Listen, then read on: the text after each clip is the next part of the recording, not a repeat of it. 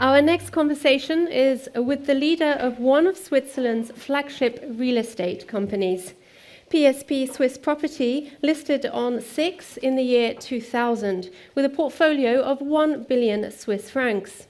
Today, it stands at around 10 billion francs, spanning about 150 office and commercial properties across the country's major economic hubs. Guiding that journey is someone who has been at the heart of the company for nearly 2 decades. He joined in 2007 as CFO and has served as CEO since 2017. Please welcome Giacomo Balzarini.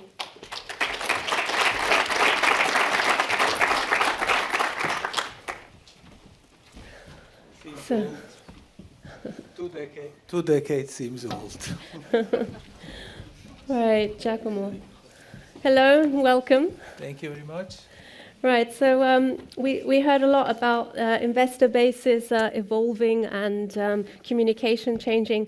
Can you tell me from your perspective, since stepping into the CEO role, how has your investor base evolved and how have the information needs of your analysts and investors changed? Well, when I started end 2006, real estate was not the flavor of the day. We were in a market where we were a Swiss market, which was an unleveraged market.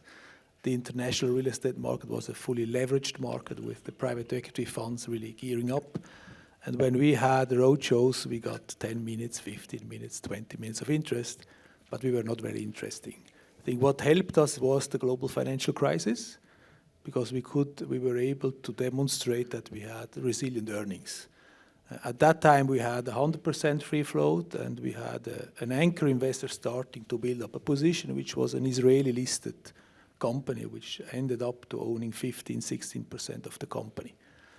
During that period, what we experienced, we did a big buyback in the financial crisis, and we moved from investors which were educated investors, where you knew basically the investors, you knew the buy side, to today being confronted with algos, passive investors, and macro investors. And clearly some dedicated, but it clearly changed completely the landscape of investors. We were never touched by activists because we tended to outperform predominantly thanks to the macro environment. Mm-hmm. And how did these developments change the way you told your story then? Well, I think what we had in mind, and we had a conviction that we'd like to invest in prime assets in the most important cities of Zurich, because we were convinced that these assets are able to generate recurring earnings and provide a stable income stream and a stable growing dividend. That was a bit our case, and we wanted to provide institutional investors with a proxy to the Swiss economy, to inflation. I think that was a bit the story. We aligned that, and that was the reason why we went from 1 billion to 10 billion by acquiring, selectively trying to grow there. I think and that helped clearly to have this focus. And by the way, I started 2006 with a presentation, and I say because I was 10 years at Swiss Re, where we changed our IR presentation every quarter.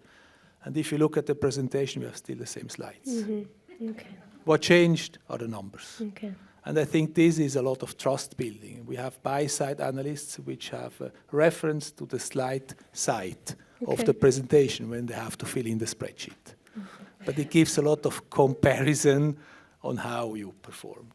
Great. So you mentioned there that your business model is obviously very linked also to the Swiss economy, and it's seen like that. PSP Swiss property stock is actually sometimes treated more like a Swiss franc play than a real estate investment.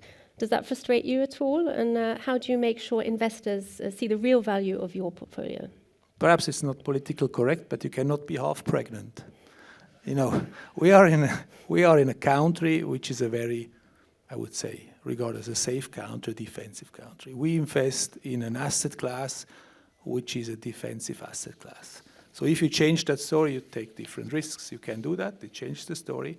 But I think that's the route we have decided. The beauty is that the market changed. So we had crisis, which you had to really explain and convince your story.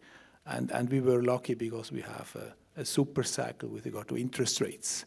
So from that end, at the end, we were right But unfortunately, I have to say, probably also for the wrong reasons, because it was the macro story which helped us. Otherwise, it is a bond proxy with a little bit of uptick as a genuine thoughts, how we can grow.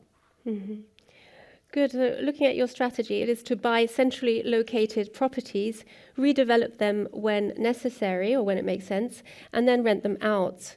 Can you share 2 examples that really illustrate this?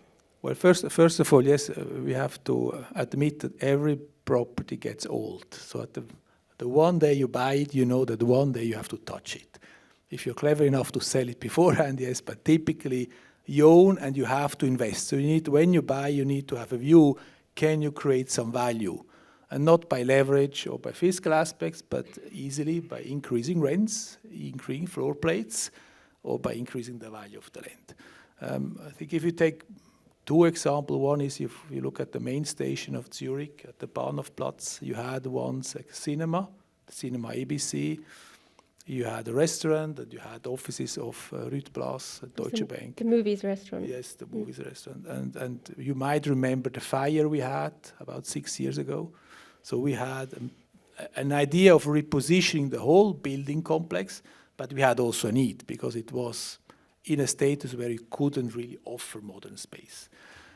So we had a long fight with the Building Protection Authority on what we could do. I think if you would factor that into the return calculation, I think we would need another couple of years to capture that. But then we had a bit enough idea to convert a cinema into a hotel, to modernize a restaurant part, to introduce new office concepts, and clearly it became a bit of a destination. But we benefited also on the development of Zurich. Zurich 15 years ago is not Zurich today. So clearly we benefited also from an increased interest in the city of Zurich thanks to the university and the infrastructure. The second one was a bit a bet on Geneva and on the city of Geneva. We were able to do a share and lease and buyback from Rothschild Bank. About 6 years ago, they sold their asset on a leasehold, and then they did a going private with the funds. They were located in the Quartier des Banques, which is pretty much city. And last year we were able to buy their headquarters. And what we did is we said this area is a little bit an old style office area. So let's not put additional office space. Let's try to convert the headquarters into a hotel and add services into that area. So with that, we think that long term we will increase the value of the assets we own by increasing a service, a hotel, a restaurant, a bar. I think that's a long-term view to really improve the whole area. And that's what we try to do. We did here in Zurich West, we did build a headquarters of On. If you were in the buildings beforehand, you couldn't stay in the summer because it was too hot, and in the winter it was too cold. So we had to really tear down everything completely and build a complete new concept. So I think that's what we tend to do. It takes years to go through. Okay, and a lot of your tenants are retail companies. So could you tell us how prime retail is performing in Switzerland today and what's driving those trends? Yeah, we own about 16% of our top line is retail, but it's really high street. It's predominantly Bahnhofstrasse. And also here I have to admit we are lucky. We have a street which is 100 meters long. And if you own the store, you own the store. We don't have the luxury malls you have in London or in Paris. You don't have Sloane Square, Bond Street, Oxford Street. And also you have Bahnhofstrasse. And if you own the asset, I think this is already a privilege. And those brands want to be there. And they have a high footfall, they have a high recognition, they have a brand recognition. And I think here it's even so that you need the floor space. The rest is typically done by the tenant. What changes immediately if you change the street or if you don't see the window from a 45 degrees point of view, the tenants change completely. There are many tenants who want to go to that street, but they need to clearly demonstrate they have footfall. And then it's a 7, 8, 9,000 francs per square meter game. And here it's a 300, 350, 400 francs per square meter game. So it's completely changed then even the value of the building. And if you stand, and that's a bit scary, I have to admit, and that's also a bit the the role of the IR. If you stand in front of such a building, and if you think how much value is in that building, it's driven by the yield, so by the interest rates which came down, and by the rents we moved up. And the question is always how sustainable is this? And we try to counteract it with a strong balance sheet, because we are still in a cyclical business. The fact is we have not seen the downward cycle since about 15 years. But we have to be aware that we are still in a cyclical business. Good. So you mentioned there sort of prime locations in Zurich, but also in Geneva. Can you tell us how the two cities are evolving as business hubs? Well, when I am on roadshow, and I tend to do it myself, I have to remind the Zurich fans of the international community on how the Platzspitz looked like. I don't know how many of you remember Platzspitz, but it's not 200 years ago. It's 30, 35 years ago. So Zurich evolved dramatically. I think improved dramatically, predominantly thanks to the university, to the infrastructure, to the lake, to the international community. They evolved also with technological companies. But luckily, I have to say, we have a bit of a shortage of resi, because it allows to grow gradually. And we have a city center which is basically built, so you don't have the risk of a Canary Wharf, of La Défense, or of San Francisco. So you have a natural protection with a solid growth of international companies, which is still banking. You have private banking, which is growing after the crisis we had. You have tech sectors and services. And this is in comparison to Geneva, which is a bit more the old style private banking. Advising is more, I would say, Arabic healthcare. It's a more luxury. It's a bit less the city, but I would say it's infrastructure-wise far behind Zurich. Airport quality, public transportation, the city said, but it has an international charm. We have to see now with this impact on the NGOs, on how this impacts Geneva. Although those institutions typically own their assets, they shop within their communities, but there will be an impact clearly on Geneva. But these are two strong international cities which I think will have continuously their future. Thank you.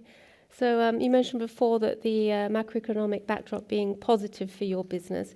Are there also risks that you see for your business, around interest rates, inflation, AI, and geopolitics? Which ones would be most relevant for your business? I think the two big risks is the economy of Switzerland. Not even the economy, but the positioning of Switzerland, the relative strengths of Switzerland, the neutrality, the federalism. We have to be used with interest rates. We have to be used with inflation. That's our core business. But if the general sentiment towards a Swiss economy and the Swiss marketplace changes, I think this has a dramatic impact. And the second risk is management. We are such a capital-intensive business that the risk is always that in boom times, you make mistakes which are very, very costly lately. I think typically the Swiss companies are very defensive, very cautious. But if you look internationally, there were predominantly management decisions on growth, on expansion, on greed, because money is cheap. We were even able to once raise funds by being paid to raise funds. And that is a risk, that you lose a bit the view on what is really the economic driver of an asset. I think we are far away from it, but if you talk about risks, it's really position of Switzerland. I think independence of Switzerland by being integrated, and the secondly, really incentive structure and management decisions.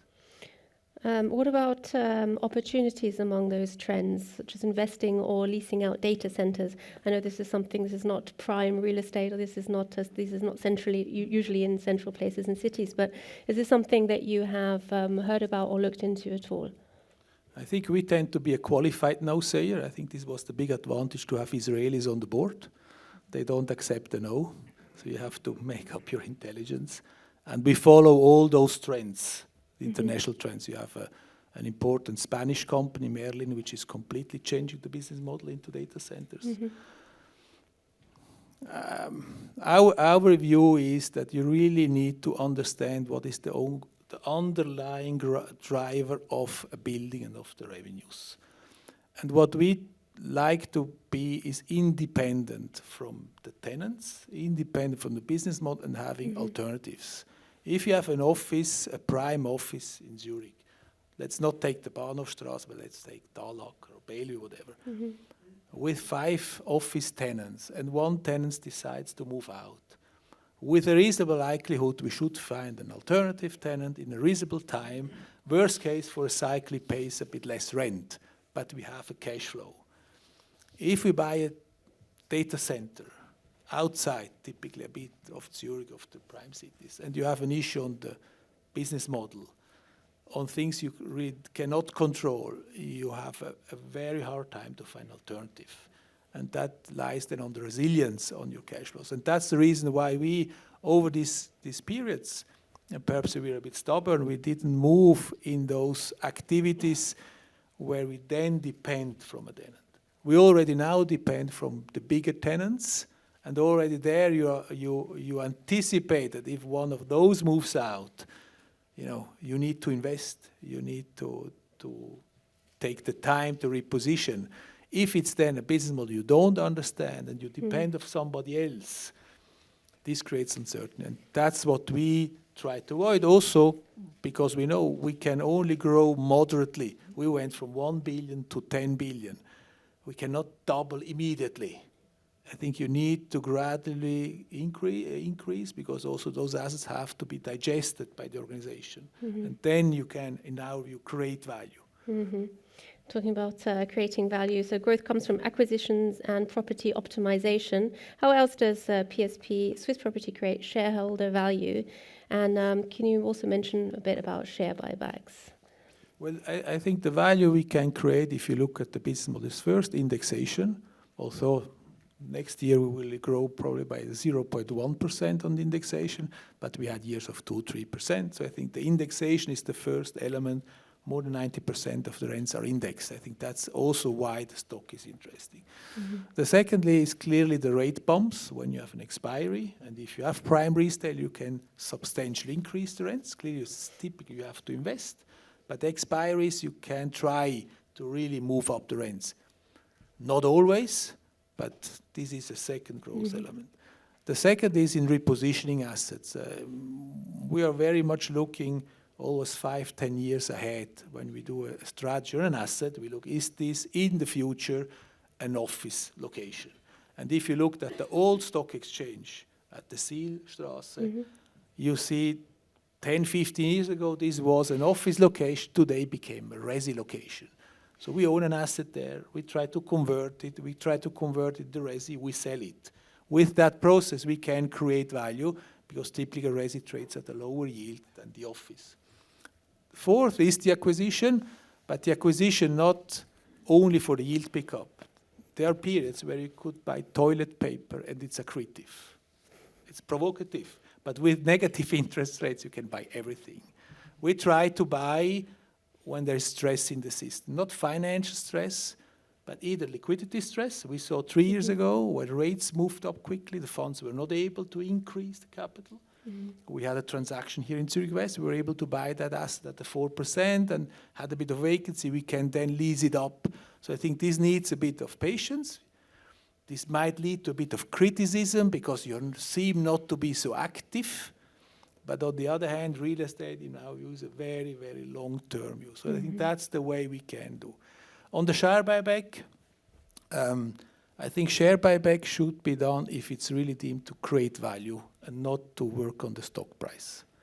And we did it once in the middle of the financial crisis. We had a Morgan Stanley analyst which said what happens in London has to happen in Zurich. Our stock traded at 60. His price target was 20. 2 years later, we figure out that he went to the hedge fund who shorted the stock. Our shareholder, Aloni Heads, they have a very, very transparent setup.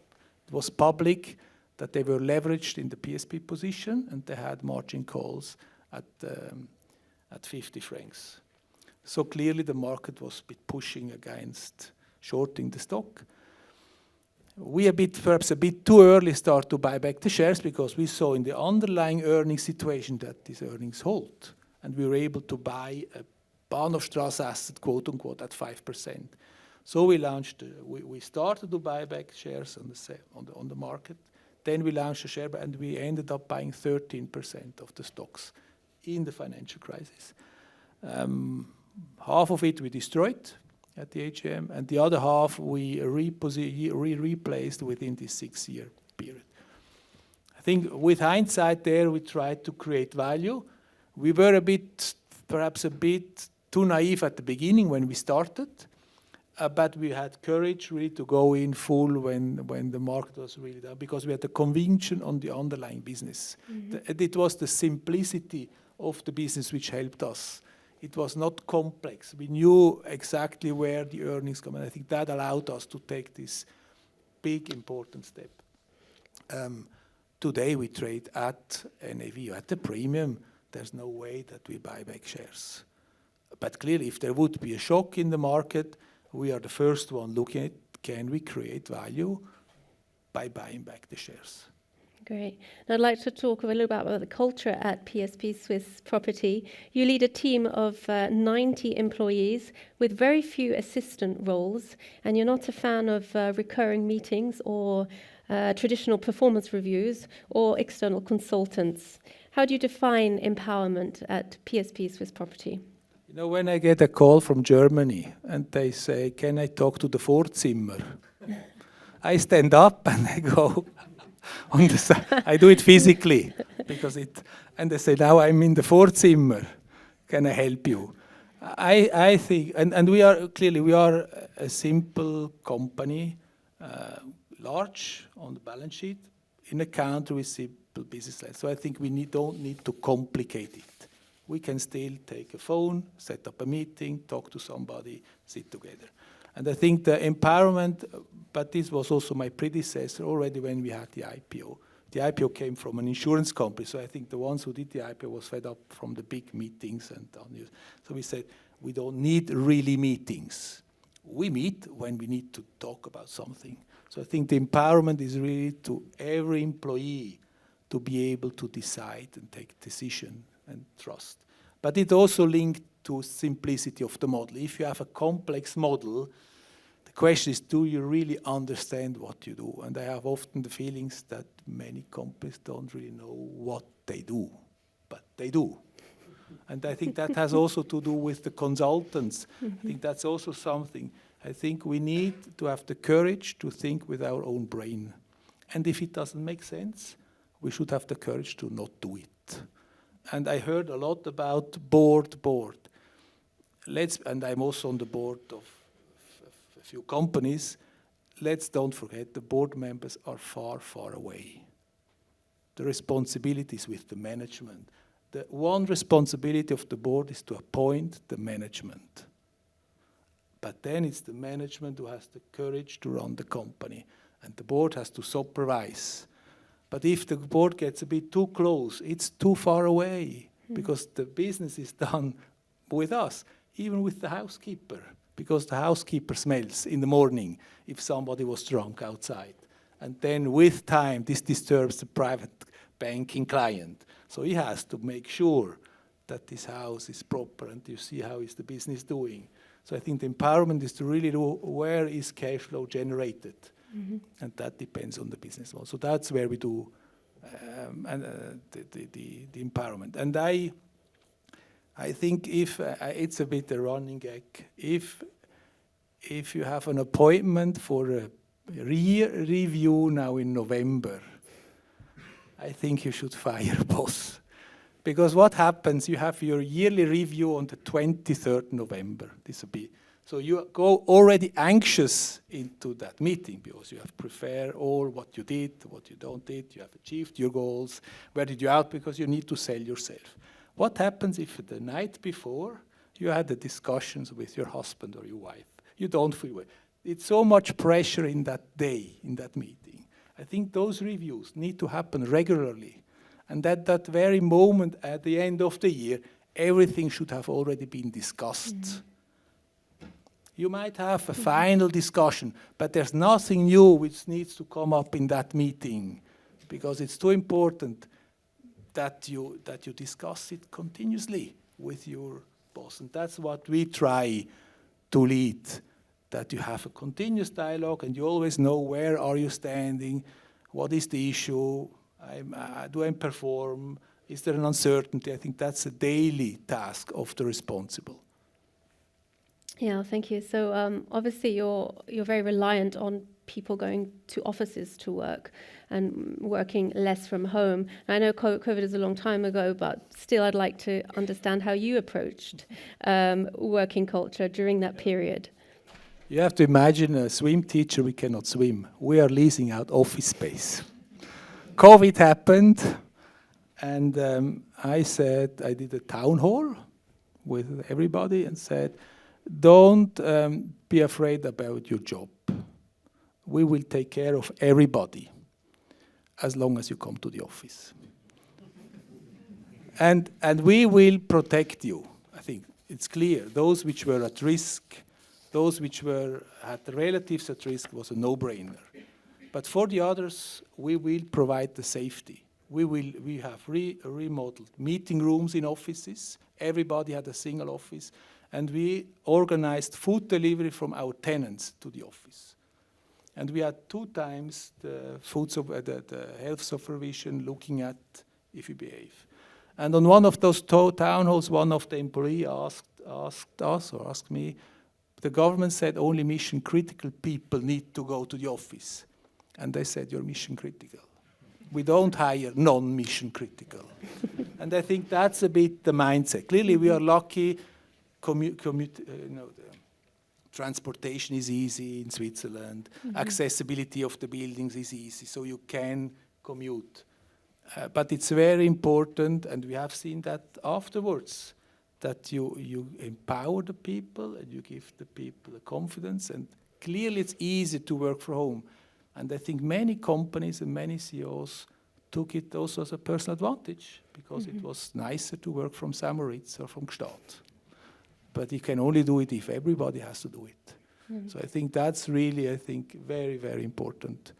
You have to have the courage to take a position which you're convinced that it makes sense. And international companies were not able to do it because the governance department overruled it.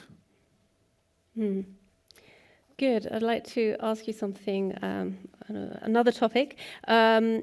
Whilst I have you here, so just looking at other companies, Tesla, for example, Tesla shareholders are offering Elon Musk up to $1 trillion US dollars if he meets certain ambitious targets. What's your view on such incentive plans, and how do they fit into corporate governance? I make, on average, between 1.5 million to 2 million. And when I go through the salary list year-end, and we do that next week, 90 people, 3 of us go through one by one and discuss a 50 franc increase or 100 franc, I have already difficulties. So I think if you are awarded because you're an owner and a shareholder, and you perform and you participate on the wealth creation, I have no problem.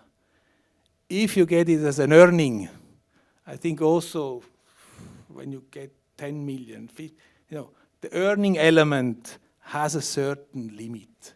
So I think if he participates as an owner, shareholder, because the value increases, yes. But the earning, there are many, many employees who contribute to the value.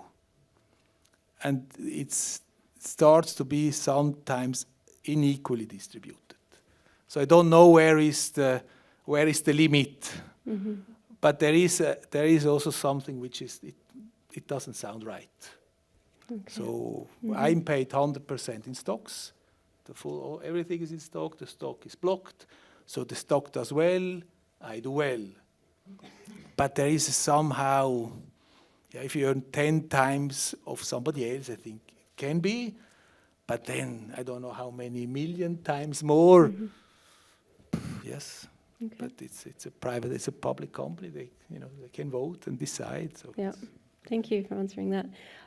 So, last question. What makes you positive about the Swiss economy next year? Well, first of all, that the neighboring countries will do worse. So on a relative basis, we do better on the next years because the problems they have are much bigger. So I think that saves us these 5 years if we don't have really bad elections. I think we have an excellent corporate and culture DNA in Switzerland. I think the general sentiment for this federalism, liberalism, innovation is very important. So I think Switzerland will do well in the next years. We will be most likely in an interest rate favorable environment, so we will do well. I think it's more 5, 10, 15 years. I think there are some political tendencies which are dangerous. In Italy, you call it la meritocrazia. So if you have envy coming in for success, or if you own, I hate from working from home, if somebody says, I have a right to work from home. That doesn't sound right. But I think for the next 5, 10 years, despite major catastrophes, but normally we benefit in a catastrophe, I think we should do well as a country, and within that country we should do well as a company. Great, thank you, Giacomo. Thank you. So we have to leave it there, unfortunately. And thank you to you and to all of our speakers for an inspiring morning of insights.